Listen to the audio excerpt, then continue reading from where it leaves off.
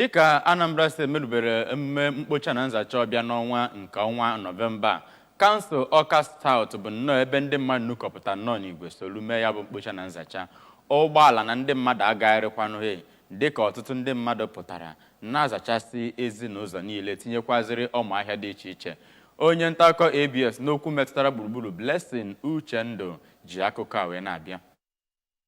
Ọtụtụ ebe ndị agagasịrị gụnyere Junction Aroma, ahịa Eko Oyibo dị n'Amọbịa, ahịa Nkwamenyi yanakwa ahịa dịgasị na Ifite Ọka n'imerime ahịa ndị ọzọ. Onye Managing Director na Chief Executive Officer nke Anambra State Waste Management Authority Aswama, Maazị Mike Ozemena yanakwa ndị otu ya bụ ndị nke gara gburugburu Ọka ịhụ na ekpochasịrị ma mekwazịa ebe niile ka ọ dị ọcha otu o kwesịrị. Ka ọ na-ekwu okwu na ya bụ njem, ka Maazị Ozemena kwuru na ezi ndụ na okirikiri dị ọcha bụ nke dị mkpa ma na-ewetakwa mmepe n'obodo ọbụla, ma kwekwazie nkwa na ya bụ mkpocha na nzacha bụ nke a ga na-eme mgbe ọbụla iji wee hụ na enwetazuru ihe a chọrọ. Ọ ga n'iru dokwa ndị bi na steeti a ka ha gbaa mbọ gbagidesia esi amụma adịmọcha ma jigidesikwa ya ike. Maazị Ozemena gara n'iru wee gbaruo iru nyegara otu ndị mmadụ si awụfu ahịhịa ebe ọ kwesịrị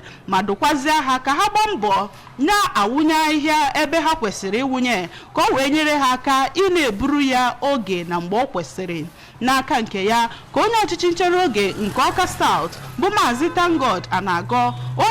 onye kọmanda Dobeokocha bụ Prince Ikechukwu ndị igwe nọchitere anya ya, kwuru na ya bụ okpuru ọchịchị bụ ndị nke na-enyesi gọọmenti a nkwado ike ịhụ na ndị mmadụ dobere iwu gbasara adịmọcha ma dokwazịa ndị bi n'okirikiri steeti a ka ha gbaa mbọ na-esonye na mkpocha na nzacha ma kwuo na onye ọbụla dara iwu nke a bụ nke iwu ga-ejide. Maazị Anago kwukwa na ijikọ aka ọnụ wee chọta ya bụ ezi adịmọcha bụ nke na-eweta ọganiru, wee kwuo na mkpocha na nzacha nke ọnwa na-abịa abịa bụ nke a ga-etinyesi ezi nkwado na ezi uchu ike, ma kwukwa na ha na-eso ụkpụrụ aka na-achị steeti a wepụtara nke gbadoro ụkwụ na ezi adịmọcha na arụ ike. Ụfọdụ ndị dara iwu mkpocha na nzacha ahụ nke gụnyere Ngozi Okoye, Henry Ugwu nakwa Ifeọma Agbo rịọrọ ka emere ha ebere ma kwukwazịa ka agba mbọ hụ na a na-agbasa ozi ọfụma ime ka ndị mmadụ mara mgbe e nwere mkpocha na nzacha